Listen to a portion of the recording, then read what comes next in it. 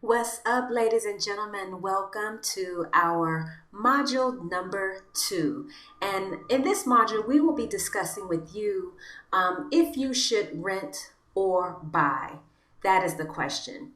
Rent versus buy. Which one is right for you?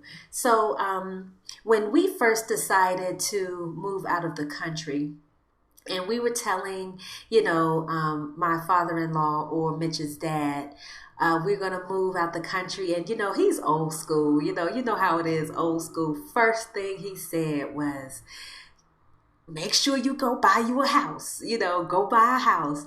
And we were like, what? Wait a minute. We were just trying to do something different. We wanted to get and experience different cultures. We wasn't looking at it like go over there immediately and go purchase a home, because there are so many variables when we talk about buying abroad or purchasing a property overseas, and each country has its own scenario, own set of rules on everything. And it's also the same way with rental properties. So we want to discuss that in these modules, just to give you a heads up of some things that you want to be concerned about, thinking about, know about, and things of that nature before you make your trip to move abroad. So what we like to say is, no matter where in the world you decide to relaunch your life, we recommend that you just rent first, because just like when we moved to Costa Rica, you can't just go and buy. For one, there are 20 different climates in Costa Rica. So it's very difficult to just say, okay, this is exactly where I want to be. Sometimes you really have to experience certain things in your area where you'll buy. You want to know your neighbors. You want to know if you don't mind it raining, 9 months out of the year. What type of rain is it? Is it just a shower, or is it real hard torrential rains? There are so many things that you want to, think about before you invest in a property. And really, it's like that no matter where you are in your home country, but definitely abroad, because some of these countries, it may be easy to purchase a property, but it's so very difficult to sell. So you want to keep some things in mind as for renting or for purchasing. So there are some things that you want to consider when moving abroad. But first of all, I would say check out your local classifieds, the local classifieds for that area. We get so many calls from people, and they're saying, well, I did some research and I'm looking for properties in whatever country, but then they say that those properties are gringo priced. So a lot of times when you go online and you're looking to see, kind of get an idea of what the rents are going to be for that location, you're going to find like real estate, let's say like Remax in another country, or real estate listing. Those are always going to be more pricey than what the locals actually pay. So what you want to do is go figure out what are the local classifieds for that area. So for Central and South America, it's www.olx.com. And then you also have www.encuentra24.com. So that is, those are where you'll find the local listings, everything. Those are posted by the locals. So it's going to be local pricing and everything. Also, what I suggest is talk to other expats, find out, from on the ground, from people that are there in that location, what are some things to expect when you're renting or looking for certain things. So you can join certain forums online. Facebook is really good for having different groups available for anything that you're looking for. But definitely when you're looking to move abroad, you want to join those groups. But what I will say is to take what they give you with a grain of salt. because we may have said this in the last module, but it's worth saying again. Sometimes those people or expats in those groups, they really don't want more tourists or other expats coming. It sounds crazy, but it's true. They may not be telling you the whole story. So they'll say, stay away from this, or this is happening over here, and so beware, but they don't tell you the whole story. So for example, people were saying when we were in Costa Rica, and they're tightening up on perpetual tourism. So when they crossed the border and came back, they were telling people that they're only given 30-day stamps, not 90-day stamps on your passports. And, at the end of the day, we don't know why that person received 30-day stamp, because there is usually a whole backstory as to why. So they're not just going to offer up the whole story. They now have you in fear mode. So you're crossing the border with fear. We lived in Costa Rica for almost 3 years, and never, ever, ever did they give us less than 90 days. So that's just an example of, sometimes you get the advice in these Facebook groups or these forums where you're just not getting the whole story. So ask questions, ask away, hear what other people have to say, but what do they say? Take the meat and spit out the bones. You don't want to take everything that's being said as face value.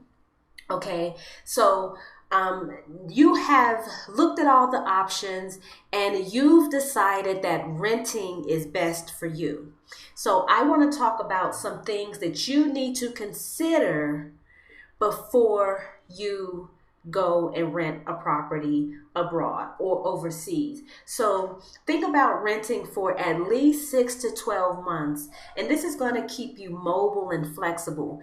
It's also going to allow you to try a place on for size before committing to home ownership.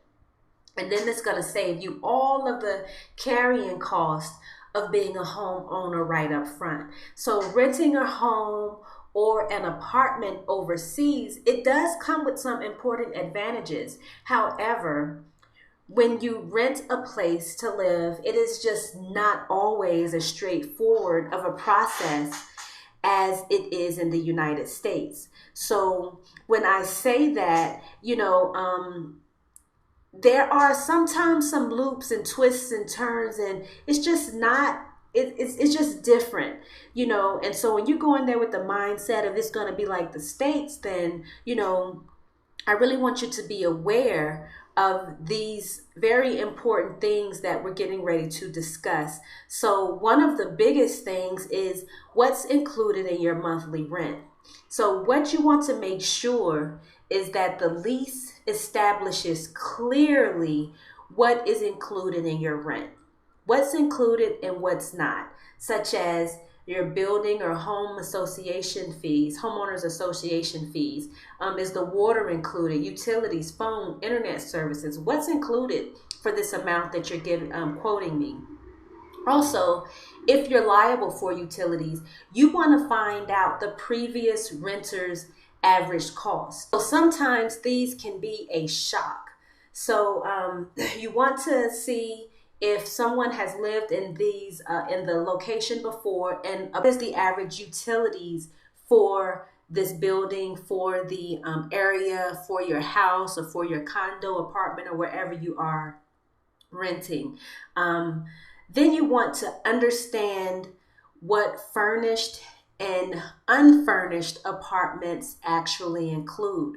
So in some places, unfurnished means also no refrigerator, no stove, and maybe even no lighting fixtures, no shades, no curtains, nothing.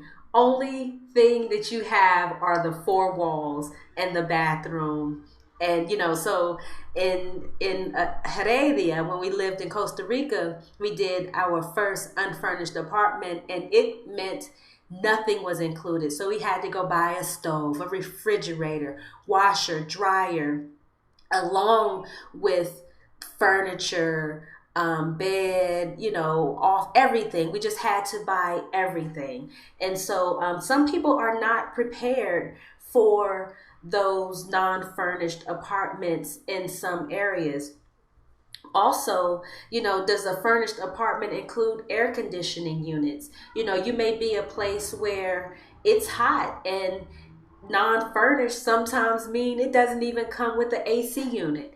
And luckily for us, we've lived in locations where we can just keep the window open. It hasn't been humidity or too overly hot, so all we do normally need is just a fan. So luckily for us, we've never had to invest or worry about air conditioning.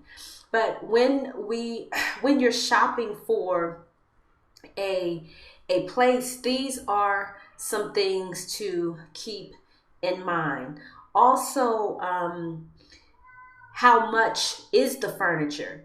If you want to weigh your options on renting a non-furnished apartment and furnishing it with everything, is that going to pan out to be a better price or a better cost than if you just rented a furnished apartment? Sometimes these non-furnished places, you can find them in some countries for a very low amount, like $300-400 a month. But then by the time the owner of that apartment furnishes it for you, they're charging you, $800 a month.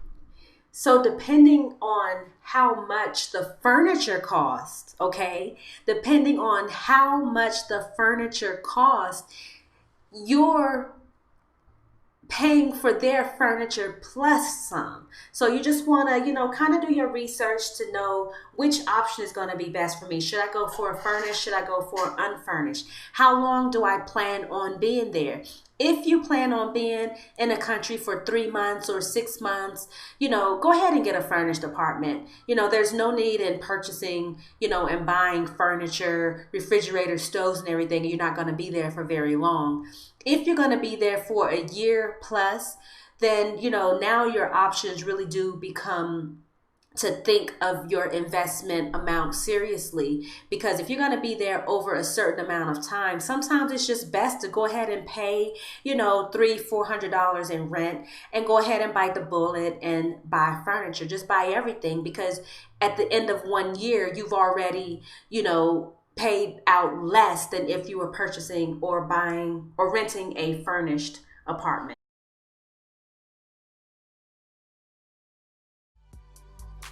Hey family, thanks again for watching another episode of Mitch and Donna's Journey. Don't forget to like this video, hit the subscribe button, and click the bell for notifications. Also, follow us on Facebook, Twitter, YouTube, and Instagram. Thanks again for watching. Peace.